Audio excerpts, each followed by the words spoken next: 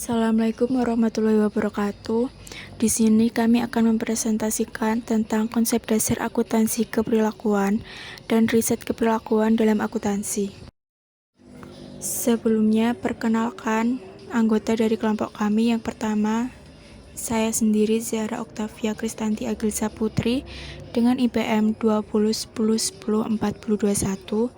Kemudian rekan saya Wahyu Afik dengan NPM 2010104077 dan Erni Agustin 2010104115. Definisi keperilakuan dan keperilakuan. Studi keperilakuan atau behavioral mengalami perkembangan yang sangat pesat, termasuk juga aspek keperilakuan dalam akuntansi yang sering disebut sebagai akuntansi keperilakuan atau behavioral accounting. Istilah keperilakuan berasal dari kata perilaku atau behavior yang berkaitan erat dengan pengertian sifat, kelakuan, perbuatan, dan tindak tanduk. Scott and Cleview pada tahun 1983 mendefinisikan behavior sebagai studi ilmiah yang mempelajari tentang perilaku dan proses mental. Perilaku menurut kamus adalah aktivitas yang dapat diobservasi, direkam, dan diukur, termasuk perubahan jasmani atau fisiologi. Proses mental termasuk pikiran, memori, emosi, motivasi, mimpi, persepsi, dan kepercayaan.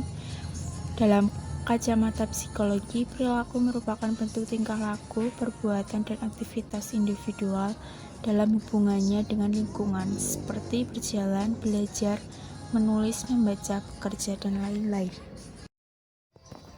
Definisi akuntansi keperilakuan dan riset akuntansi keperilakuan.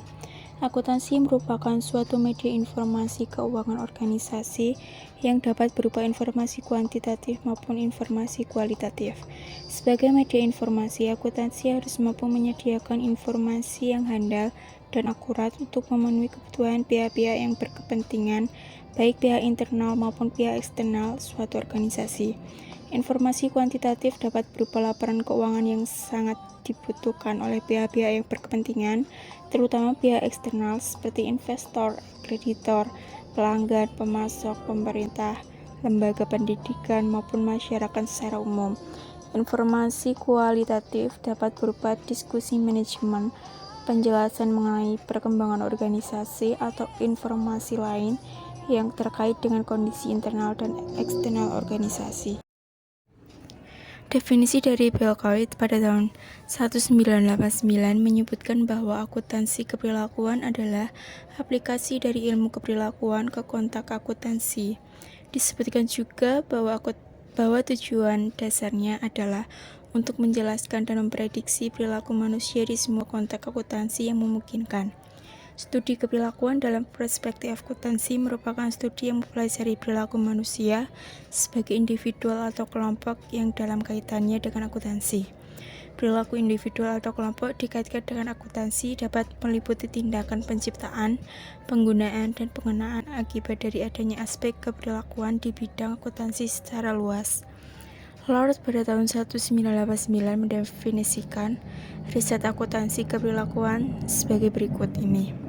Behavior Accounting Research atau BAR is multidisciplinary field that draws from the theoretical constructs of the behavioral science. Maksud dari pernyataan tersebut di atas adalah riset akuntansi keperilakuan merupakan bidang multidisiplin yang menarik dari konstruk teoretikal ilmu keperilakuan. Oleh karena itu, ketika konstruk keperilakuan dikaitkan dengan informasi akuntansi, maka konstruk tersebut tidak dapat berdiri di atas disiplin tunggal, melainkan harus didukung oleh disiplin ilmu yang lain. Riset akuntansi keperilakuan didefinisikan sebagai riset yang mempelajari perilaku akuntan dan non-akuntan yang dipengaruhi oleh fungsi dan pelaporan akuntansi. Fungsi dan pelaporan akuntansi berkaitan erat dengan kegiatan pengadaan, kegiatan pengabsahan, pencatatan, pengklasifikasian, pemrosesan, peringkasan, mengkanalisisan, kegiatan menginterpretasian, dan penyajian informasi mengenai transaksi, dan yang bersifat keuangan dalam menunjang pengambilan keputusan kejadian yang bisnis. Kebermanfaatan akuntansi tidak lagi hanya berdasar pada fungsinya dalam pertanggungjawaban keuangan, namun lebih luas lagi, yaitu berdasar pada fungsinya memberi informasi penunjang keputusan bisnis dalam suatu organisasi. Riset akuntansi keberlakuan mengaplikasikan teori dan metodologi dari ilmu perilaku atau behavioral science untuk mempelajari hubungan antara informasi dan proses akuntansi dengan perilaku manusia, termasuk perilaku organisasi. Riset akuntansi keberlakuan berfokus pada pengamatan terhadap perilaku individual atau kelompok sebagai pengambilan keputusan. Oleh karena itu, lingkup akuntansi keberlakuan mencakup dimensi-dimensi keberlakuan dari berbagai pihak yang terkait dengan informasi yang dihasilkan oleh sistem akuntansi, seperti perilaku yang dengan penyusunan anggaran, pengendalian manajerial, gaya kepemimpinan, pertimbangan auditor, dan lain-lain. Dari definisi di atas, dapat dinyatakan bahwa akuntansi keberlakuan merupakan suatu pendekatan dalam akuntansi yang mengaplikasi aspek keberlakuan baik dalam akuntan keuangan, akuntansi manajemen, akuntansi perpajakan, akuntansi sektor publik, pengauditan, dan bidang akuntansi terkait lainnya. Oleh karena itu, penelitian akuntansi keberlakuan mengarah pada suatu kegiatan mengobservasi, menganalisis, dan menguji suatu fenomena perilaku pada level individual atau kelompok dalam kaitannya dengan bidang akuntansi secara luas. Jenis-jenis informasi sebagai objek dalam akuntansi keberlakuan. Perilaku individual atau kelompok dalam akuntansi keberlakuan dapat meliputi tindakan penciptaan, penggunaan, dan pengenaan akibat, dan adanya aspek perilakuan di bidang akuntansi secara luas. Tindakan penciptaan, penggunaan, dan pengenaan ini sangat berkaitan erat dengan fungsi akuntansi sebagai penyedia informasi. Adapun informasi yang baru disediakan oleh suatu perusahaan, menurut Anthony dan Rees pada tahun 1989 adalah sebagai berikut.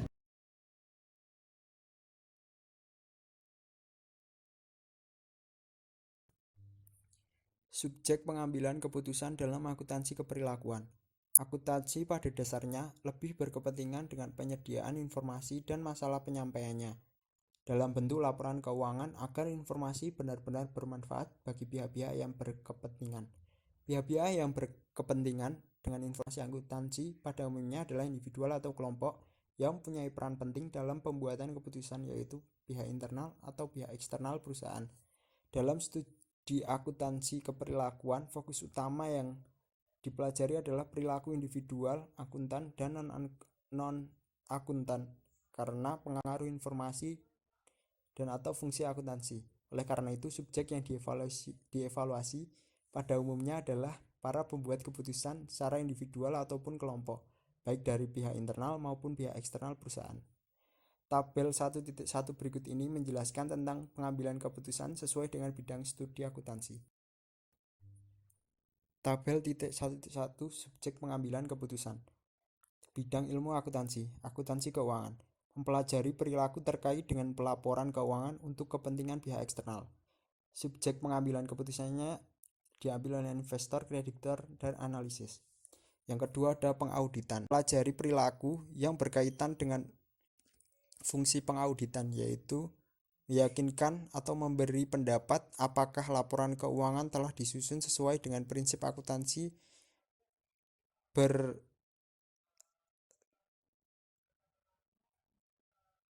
berterima umum. Mengambil keputusannya yaitu auditor independen atau akuntan publik dan auditor internal. Yang ketiga ada akuntansi manajerial, mempelajari perilaku yang berkaitan dengan pemanfaatan data akuntansi untuk pengambilan keputusan dan pengendalian operasi perusahaan secara keseluruhan yang dapat meliputi fungsi produksi, pemasaran, sumber daya manusia ataupun penganggaran. Subjek pengambil keputusannya yaitu manajer bagian produksi, bagian pemasaran, bagian penganggaran ataupun pelanggan. Yang keempat ada perpajakan, yaitu mempelajari perilaku yang berkaitan dengan pajak seperti peraturan perpajakan dan transaksi penting mengenai perencanaan pajak. Subjek mengambil keputusannya wajib pajak pribadi, manajer, regulator, konsultan pajak. Yang kelima ada sistem informasi akuntansi. mempelajari perilaku terkait dengan perancangan perangkatan pencatatan dan pengolahan data agar laporan keuangan dapat disusun dan disajikan dengan cepat, akurat, dan efisien. Subjek pengambil keputusannya yaitu pemakai atau user, yang kedua ada pengembang atau developer, dan yang ketiga konsultan sistem informasi akuntansi. Dan yang terakhir ada akuntansi sektor publik, mempelajari perilaku yang berhubungan dengan perekonomian akuntansi untuk unit organisasi non-profit seperti pemerintah, rumah sakit, sekolah, universitas, dan sebagainya. Subjek pengambil keputusannya yaitu pejabat pemerintah dan masyarakat pengguna jasa. Konsep dasar studi keperilakuan dalam perspektif akuntansi. Akuntansi keperilakuan berasal dari ekonomika keperilakuan dan keuangan keperilakuan. Asumsi utama yang mendasari ilmu ekonomi klasik adalah manusia itu rasional, yang mencoba memaksimalkan utilitas mereka. Ekonomi keperilakuan merubah asumsi rasional tersebut dengan deskripsi perilaku manusia yang lebih realistis, yang seringkali tidak rasional. Jika banyak orang berperilaku tidak rasional, maka perilaku tidak rasional tersebut menjadi perilaku rasional. Teori-teori pendukung akuntansi keperilakuan. Sebenarnya banyak teori dari disiplin ilmu lain mewarnai pengembangan akuntansi keperilakuan. Teori-teori ini diantaranya berasal dari disiplin ilmu ekonomi, ilmu politik, sosiologi, dan psikologi. Ilmu psikologi adalah yang paling dominan digunakan di akuntansi keperilakuan. Ilmu psikologi sendiri mempunyai banyak cabang. Beberapa cabang ilmu psikologi yang banyak digunakan sebagai teori penjelas di penelitian akuntansi keperilakuan adalah psikologi kognitif, psikologi motivasi, dan psikologi sosial. Lingkup akuntansi keperilakuan. Akuntansi keperilakuan memfokuskan pada hubungan antara perilaku manusia dan sistem akuntansi, sehingga lingkup akuntansi keperilakuan sangat luas. Lingkup akuntansi dapat meliputi proses kegiatan akuntansi yang di dalamnya termasuk kegiatan meringkas sejumlah kejadian ekonomi. Akuntansi keperilakuan didasarkan pada observasi fenomena akuntansi secara sistematik dengan menggunakan variabel untuk pengukuran. Akuntansi keperilakuan lebih menekankan pada orang sebagai individual atau kelompok. Lingkup akuntansi keperilakuan dapat juga dilihat dari isu penelitian. Bimberg dan Schild 89 dan Mayer dan Rips 2001 mengklasifikasikan isu penelitian akuntansi aspek keperilakuan berdasarkan aliran school meliputi sebagai berikut ini. Yang pertama, pengendalian manajerial. Yang kedua ada pemrosesan informasi akuntansi. Selanjutnya ada perancangan sistem informasi akuntansi. Yang keempat, pengauditan. Yang kelima, sosiologi organisasional. Dan yang terakhir, lain-lain terkait isu etika, budaya, metodologi, dan jalur karir akuntan. Arah riset akuntansi keperilakuan. Penelitian atau riset mengenai akuntansi keperilakuan dikenal dengan istilah riset akuntansi keperilakuan atau Behavioral Accounting Research atau dikenal dengan singkatnya BAR. Sebutan lain dari riset ini adalah riset keperilakuan di akuntansi atau Behavioral Research in Accounting atau disingkat menjadi BRIA. Arah riset dan pengembangan akuntansi keperilakuan dapat dilihat dari beberapa penelitian yang telah dilakukan sebelumnya. Penelitian yang telah dilakukan dapat dikelompokkan berdasarkan isu, metodologi, atau menurut partisipan. Pengelompokan berdasarkan isu dinilai lebih penting karena isu akan terus berlanjut, sedangkan metodologi dan partisipan dapat merubah sesuai dengan pengembangan teori baru. Dari berbagai riset akuntansi keperilakuan yang telah dilakukan, Bamber mereview riset BAR dalam judul Opportunities in Behavioral Accounting Research yang bertujuan untuk memperoleh gambaran besar tentang state of the art BAR, membantu mengidentifikasi celah atau gap, membandingkan kegiatan riset antar subbidang dan menunjukkan peluang riset dalam BAR. Penelitian BAR menurut Bamber meliputi sebagai berikut ini. Yang pertama yaitu pertimbangan dan pembuatan keputusan akuntansi dan auditor, dua pengaruh fungsi akuntansi dan pengauditan pada perilaku. Yang ketiga pengaruh output fungsi informasi akuntansi terhadap pertimbangan pembuatan keputusan. Materi yang selanjutnya adalah perkembangan riset akuntansi keperilakuan. Pada tahun 1952, Argyris melakukan penelitian mengenai proses penganggaran, yang merupakan bagian dari pengendalian. Penelitian ini dipublikasikan dengan judul The Impact of Budget on People. Penelitian ini mengangkat isu sikap individual terhadap anggaran. Penelitian Argyris ini menguji dampak proses penyusunan budget terhadap perilaku manajer, khususnya level supervisor.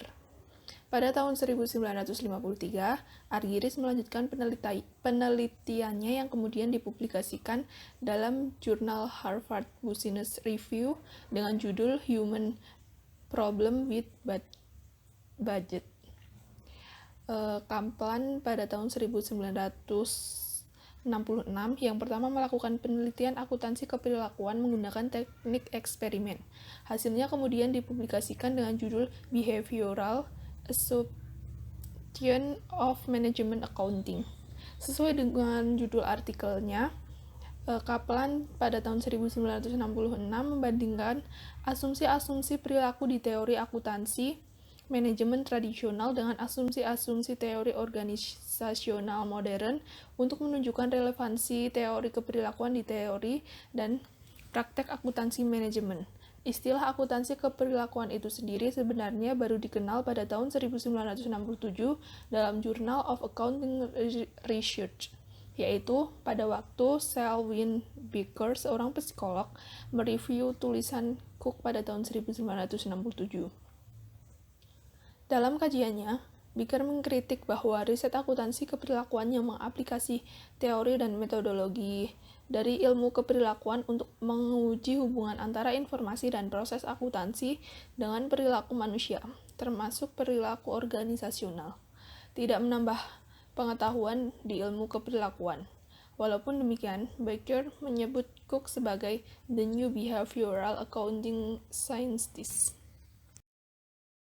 Perkembangan selanjutnya pada tahun 1976 telah lahir jurnal Accounting Organization and Society dengan penyunting pertamanya Anthony Hopwood. Namun, secara khusus belum ada media yang menampung riset-riset akuntansi keperilakuan. Kepopuleran akuntansi keperilakuan mulai dirasakan setelah lahirnya jurnal yang khusus menaungi riset-riset akuntansi keperilakuan, yaitu Behavioral Research in Accounting yang dikenal dengan sebutan singkatan BRIA pada tahun 1989. Penyunting pertama dari jurnal ini adalah Ken Usky. Penerbit jurnal ini adalah AAA atau American Accounting Association. Adanya jurnal yang khusus untuk riset-riset akuntansi keperilakuan memotivasi perkembangan riset akuntansi keperilakuan sampai sekarang, yang kemudian diwarnai dengan munculnya tulisan-tulisan di BRIA seperti tulisan Kaplan, Arnold, dan Bimberg. Berikutnya, pada tahun 1998, diterbitkan jurnal Advances in Accounting Behavioral Research dengan penyuntingan James Hunton. Jurnal ini menerbitkan artikel-artikel penelitian akuntansi yang dipengaruhi oleh disiplin ilmu psikologi, terapan, sosiologi, ilmu ekonomi, dan ilmu manajemen. Kemudian, faktor-faktor yang mendorong perkembangan BAR. Berikut ini dijelaskan faktor-faktor baik internal maupun eksternal yang mempengaruhi perkembangan riset akuntansi keperilakuan. Yang pertama, ketersediaan jurnal yang memadai dalam penelitian akuntansi keperilakuan. Yang kedua, berkembang pesatnya metodologi dan statistik untuk menguji hipotesis. Yang ketiga, semakin berinteraksinya bidang yang semula sangat independen menjadi interdependen. Yang keempat, mulai diterimanya bidang akuntansi keperilakuan di masyarakat. Dan yang terakhir, semakin luasnya kesempatan belajar akuntansi keperilakuan di perguruan tinggi, sehingga memungkinkan mahasiswa menulis skripsi, tesis, dan disertasi menggunakan penelitian akuntansi keperilakuan. Yang selanjutnya adalah kesulitan dan kendala yang dihadapi BAR. Hasil penelitian Bartsteller dan Sundem pada tahun 1986 mengindikasi bahwa faktor-faktor yang menyebabkan kesulitan dalam penelitian akuntansi keperilakuan adalah sebagai berikut. Yang pertama, bidang ilmu yang luas atau broad field. Isu-isu di bidang ilmu akuntansi keperilakuan sangat luas sehingga tidak mungkin membangun teori yang terintegrasi. Yang kedua, variabel yang kompleks dan saling terkait. Banyak sekali variabel yang dapat mempengaruhi perilaku. Interrelasinya sangat tinggi sehingga sulit mengidentifikasi dan mengukur. Yang ketiga, perilaku adalah situasi spesifik atau behavior is situation specific. Perilaku tidak bersifat general tetapi situasi yang spesifik sehingga tidak banyak generalisasi. Yang keempat, adanya trade-off validitas internal dengan eksternal, bahwa dalam studi perilaku standar untuk validitas sangat tinggi dan sulit untuk dipenuhi keduanya, validitas internal dan validitas eksternal. Yang kelima, BAR masih dalam tahapan-tahapan awal. Karena BAR masih sangat muda, maka hubungan fenomena dan teori perilaku masih kurang kuat. Pada tahap awal, BAR lebih banyak bersifat eksploratory. Yang keenam, sistem pengendalian akademik. Seperti bidang lain, dalam bidang akuntansi peranannya sangat kecil. Proyek penelitiannya sekali jalan atau one shot dan merupakan proyek riset pendek. Yang ketujuh, evaluasi kualitatif. Beberapa konsep dalam riset keperilakuan bersifat kualitatif, sehingga pengukuran secara kuantitatif secara inheren sulit dilakukan. Sebagai contoh, koefisien korelasi telah digunakan sebagai ukuran kuantitatif untuk mengukur konsensus di antara auditor. Hal ini sangat sulit untuk dianalisis. Kemajuan yang dicapai BAR. Kemajuan dan perkembangan yang telah dicapai BAR adalah sebagai berikut. Yang pertama, ada kemajuan di pengujian teori-teori. Riset keperilakuan pada awalnya lebih bersifat deskriptif, namun perkembangan saat ini sudah memfokus pada pengujian hipotesis. Penelitian BAR sudah menguji hipotesis yang diturunkan dari teori-teori yang mendasarinya sehingga hasilnya lebih dapat digeneralisasi. Yang kedua, kemajuan penggunaan metode statistik yang lebih tepat. Pada peneliti di bidang akuntansi keperilakuan telah berusaha meningkatkan kemampuannya untuk memilih desain dan metode riset yang sesuai meskipun inovasi penggunaan statistik relatif kecil. Kemajuan peningkatan trade-off antara validitas internal dengan validitas eksternal yang lebih baik. Yang keempat, kemajuan penggunaan disiplin ilmu yang meningkat. Penelitian BAR telah melakukan perbaikan-perbaikan yang signifikan dalam metode dan teori-teori dengan mengintegrasikan teori dari kedisiplin ilmu lain. Yang kelima, kemajuan perspektif lebih luas. BAR mengalami perkembangan dan perluasan perspektif yang awalnya fokus pada metode dan teori psikologi sosial. Sekarang juga berfokus pada teori statistik, organisasi, politik, budaya, dan lain-lain. Yang selanjutnya adalah area yang membutuhkan perbaikan. Berikut ini merupakan area-area penelitian akuntansi keperilakuan yang masih membutuhkan perbaikan lebih lanjut. Yang pertama, definisi dan pengukuran variabel. Yang kedua, perbaikan teori untuk kepentingan prediksi. Yang ketiga, lebih mempertimbangkan penggunaan metode riset positif untuk mengembangkan ilmu yang ada. Yang keempat, teori-teori yang belum konvergen terhadap paradigma yang berterima umum, karena BAR lebih banyak menggunakan pertimbangan peneliti. Yang kelima, sulit direplikasi. Selama ini, riset BAR kurang adanya replikasi karena pada umumnya jurnal akan menolak penelitian yang sama yang dipublikasikan sebelumnya. Yang keenam, ketersediaan subjek dalam BAR. Peneliti diharapkan dapat menentukan subjek secara hati-hati dan lebih realitas, misalnya manajer sebagai pengambil keputusan, bukan digantikan mahasiswa sebagai sampelnya. Meskipun hal ini bukan merupakan pekerjaan yang mudah. Yang ketujuh, pengakuan perbedaan keuangan akuntan. Sekian presentasi dari kelompok kami, mohon maaf apabila terdapat kekurangan dalam penyampaian materi. Terima kasih. Wassalamualaikum warahmatullahi wabarakatuh.